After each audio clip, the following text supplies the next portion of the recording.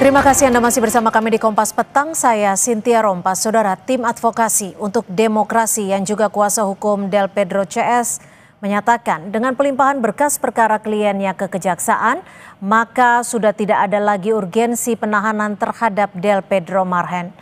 Direktur LBH Jakarta Fadil Alfatan yang juga kuasa hukum Direktur Lokataru Foundation Del Pedro Marhen menyampaikan dengan adanya pelimpahan berkas ke kejaksaan maka sudah tidak ada lagi urgensi untuk melakukan penahanan terhadap Del Pedro karena sudah tidak ada lagi proses pemeriksaan. Pihaknya mengimbau kejaksaan untuk melihat perkara tersebut secara objektif. Menurutnya perkara yang dihadapi Del Pedro CS adalah suatu penegakan hukum yang tidak murni. Adanya pelimpahan ini membuktikan bahwa sudah tidak ada urgensi lagi terkait dengan penahanan. Karena asumsinya ketika berkas itu dilimpahkan, baik itu tahap 1 maupun tahap 2, maka sudah tidak ada lagi proses pemeriksaan. Bahwa perkara ini adalah suatu penegakan hukum yang tidak murni, tapi adalah upaya perburuan kambing hitam dalam berbagai dugaan kerusuhan pada Agustus lalu. Dikutip dari akun media sosial Kontras, disebutkan masih ada 2 orang hilang yang hingga kini belum kembali. Dalam keterangannya, 2 orang yang masih hilang adalah M. Farhan Hamid yang hilang sejak 29 Agustus 2025 dengan lokasi terakhir di Brimob Kuitang, Jakarta Pusat. Serta Reno Syahputra Dewo yang hilang sejak 29 Agustus dengan lokasi terakhir di Brimob Kuitang, Jakarta Pusat. Kakak M. Farhan menyatakan sebelum hilang, adiknya ikut unjuk rasa atas tewasnya ojek daring Afan. Saya diajak sama dia kan, mau ikut nggak mas ke Kuitang? Saya tanya ada apa di sana kan? Dia bilang demo. Kalau ke orang tua sendiri, dia kalau ke orang tua dia bilangnya sih ikut mau mengikuti pemakamannya Afan. Keberadaan Reno Syahputra Dewo dan Muhammad Farhan Hamid hingga kini masih belum diketahui. Keduanya terakhir terlihat saat demo di Brimob Kuitang pada 29 Agustus lalu. Kita akan membahasnya bersama penasehat Kapolri Arianto Sutadi dan juga Usman Hamid, Direktur Eksekutif Amnesty International. Selamat petang Pak Arianto. Mas Usman, terima kasih sudah bergabung bersama kami di Kompas Petang. Pak Arianto, ini terkait keberadaan 2 orang yang dinyatakan masih hilang ini. Apakah Pak Arianto juga sudah memperoleh informasi terakhir terkait dengan proses dan juga update pencariannya oleh pihak kepolisian? Ya, saya tadi sempat menanyakan juga ya di Polda Metro. Dan kabarnya memang tadinya kan dari 3, 1 udah ketemu. Kemudian yang 2 ini masih dilacak. Dan sekarang ini kan Polda Metro menggunakan pakai IT ya, pelacakannya itu ya. Dari 2 itu selama ini yang satunya dulu pernah terlihat di suatu tempat gitu. Tapi kemudian dilacak kembali, kemudian tidak ada. Nah kalau yang satu itu sama sekali belum pernah terlacak dari IT itu. Sehingga ya sampai sekarang masih tetap didalami terus, tapi sampai sekarang belum ada hasilnya untuk yang 2 itu. Jadi artinya untuk Farhan dan Reno tidak ada deteksi keberadaan. Apakah dari ponselnya bisa dideteksi keberadaannya, Pak Arianto? Saya tidak tahu persis ya, saya tidak menanyakan ke situ. Hanya tadi mengatakan bahwa yang satu itu sempat terdeteksi ya dengan pakai pencarian jejak melalui IT ya. Itu pernah terlihat di satu tempat gitu ya. Gitu. Dan kemudian tapi kalau yang satu lagi belum pernah sama sekali terdeteksi dari itu. Itu terakhir terlihat di mana terdeteksinya Pak Arianto? Dan ini Reno atau Farhan? Sama kan dua-duanya sama dari Kuitang itu ya. Betul, saya nggak begitu tahu Mbak. Sorry saya nggak menanyakan sedetail itu. Tapi terakhir terlihat informasi yang Pak Arianto dapatkan apakah di Kuitang atau sudah ada di daerah lain? Enggak, di tempat lain. Di tempat lain. Ya. Di mana itu lokasinya Pak Arianto? Enggak tahu saya, karena penyidik kan nggak beritahu. Hanya dia pernah terlihat dari rekaman IT yang ada. Baik, Mas Usman, kalau dilihat ini kan hampir 2 bulan ya, 1 bulan lebih. Apa yang salah dari proses pencarian ini? Apakah memang prosesnya yang bisa dikatakan rumit atau ada hal yang belum dilakukan sehingga dua orang ini masih hilang? Itu pertanyaan yang sangat penting ya. Saya kira tidak mudah untuk menjawabnya. Yang pasti keberadaan mereka terakhir di Kuitang, yaitu di depan markas Brimob, itu mengkonfirmasi bahwa mereka memang benar-benar pernah ada dan ikut di dalam unjuk rasa di depan Makobrimob di Kuitang. Apakah mereka di dalam unjuk rasa itu ikut ditangkap, ataukah mereka mengalami kekerasan oleh pihak lain, atau penjelasan lain, itu yang sampai hari ini belum bisa kita ketahui. Dalam satu pekan pertama, Kontras, LBH, dan lainnya mencoba menelusuri itu lewat berbagai cara, termasuk saksi-saksi yang ada di lokasi. Sejumlah saksi, bahkan juga ditemui oleh sejumlah media massa seperti Harian Kompas, membenarkan keberadaan Muhammad Farhan Hamid di Kuitang dalam unjuk rasa tersebut, dan juga Reno Saputra Dewo yang juga berada di sana. Bahkan kalau tidak salah, Farhan sempat meminta bantuan dari posko medis yang ada di sekitar Kuitang. Memang hari itu adalah hari di mana banyak sekali mata tertuju pada markas Brimob, terutama karena kematian Afan Kurniawan yang malam sebelumnya dilindas oleh kendaraan taktis.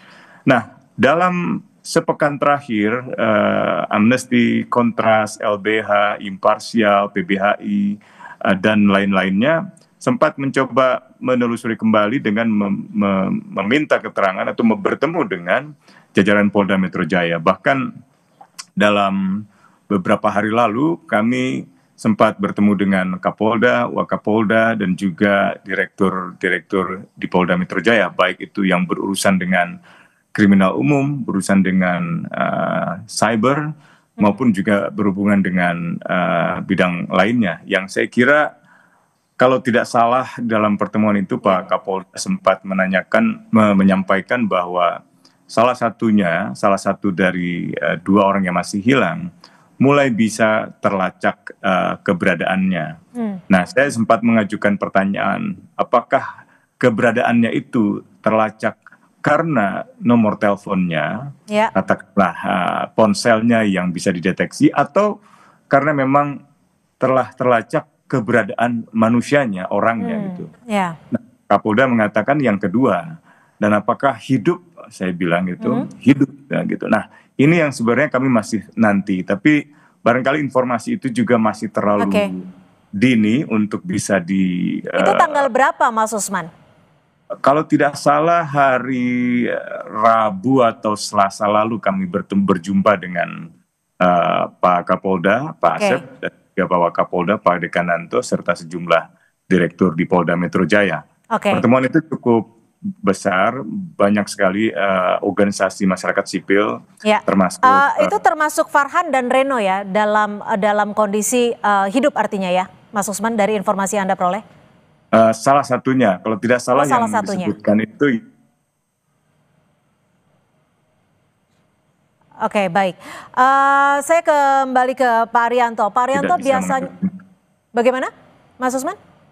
Ya, informasi itu masih kita tunggu dari Polda. Tentu masih perlu pembuktian. Ya, saya masih meragukan kebenaran informasi itu sampai benar-benar saya bisa melihat Farhannya maupun juga Renonya. Ya, kita semua masih berharap bahwa mereka betul-betul masih ada, masih hidup gitu, dan bisa dikembalikan kepada keluarganya gitu. Pak Arianto, biasanya untuk pencarian orang hilang, metode apa yang digunakan pihak kepolisian? Apakah ada backup plan ketika metode pertama tidak kunjung ditemukan? Dan biasanya durasinya ditunggu sampai berapa waktu? Itu kita kalau mencari seseorang yang tergantung daripada orang yang kita cari itu. Data-datanya apa yang ada pada dia. Kalau dia itu menggunakan handphone, berarti kita bisa lacak dari handphonenya. Tetapi kalau tidak ada, ya kita pakai identifikasi wajah. Seperti kalau orang yang dulu orang yang menculik itu kan, begitu ada ketahuan wajahnya itu, kemudian bisa dicari-cari itu, akhirnya bisa ketemu dan kita bisa temukan itu. Setahu saya ya dari dua teknologi IT itu yang bisa untuk melacak cuma itu aja dari handphone sama identifikasi wajah gitu. Atau kalau yang ketiganya ya itu para saksi-saksi di lapangan. Tapi untuk yang kondisi yang kacau seperti kayak gini ini kelihatannya saksi di lapangan akan sulit kita untuk mencari linknya yang satu dengan yang lain. Paling karena hanya melihat gitu ya, tapi kemudian kan besok sudah nggak ada anunya lagi. Tapi kalau handphone kan bisa dilacak keberadaannya, lokasinya gitu. Kalau untuk saya cuma gitu. Pak Arianto, kalau untuk sebelumnya ada orang hilang juga yang akhirnya ditemukan, itu menggunakan metode pencarian seperti apa? Dan apakah metode itu sudah digunakan untuk pencarian Reno dan Farhan? Kalau orang hilang ya dalam kondisi biasa, tidak dalam kondisi kericuan itu Bu ya, itu kita mencarinya bisa dilacak dari sejarah dia menghilangnya itu. Oke, kalau dalam kondisi gitu, saat unjuk rasa seperti yang sebelumnya, kalau seperti kemarin itu ya paling cuman data rekaman di tempat ya, kemudian kesaksian orang yang melihat, saudara-saudara dan sebagainya, dia melihatnya di mana gitu. Tapi nggak seperti kalau kita orang yang diculik itu ya, kita kan mencari siapa yang sering ke situ datang atau kenal apa-apa, ada urusan apa dan sebagainya. Kita kan bisa memprediksi kira-kira itu dibawa kemana gitu. Kalau seperti ini kan di dalam kerusuhan kan itu kan terjadi, sehingga asumsinya pasti kan dia celaka atau dalam tanda petik terbunuh atau gimana, kurang lebih kayak gitu ya anunya gitu. Sehingga kesaksian untuk pendeteksian itu sangat tergantung kepada saksi yang melihat saat itu. Dan kemudian rekaman daripada CCTV yang ada kalau bisa gitu. Dan kemudian kalau dia pakai handphone ya paling kemana dia keberadaannya bisa dilihat daripada handphone itu. Oke, Mas Usman. Baik, Mas Usman, kalau melihat situasi seperti ini, hilang saat melakukan aksi unjuk rasa di akhir Agustus lalu, siapa yang bisa dimintakan pertanggungjawabannya ketika kedua orang ini lokasi terakhirnya terlihat di Makobrimob? Ya tentu tanggung jawab pada negara, pemerintah gitu ya. Dan secara khusus merupakan tanggung jawab dari kepolisian selaku pelindung masyarakat gitu. Nah sekarang kita berharap bahwa proses penyelidikan di kepolisian juga bisa dijelaskan kepada publik secara transparan.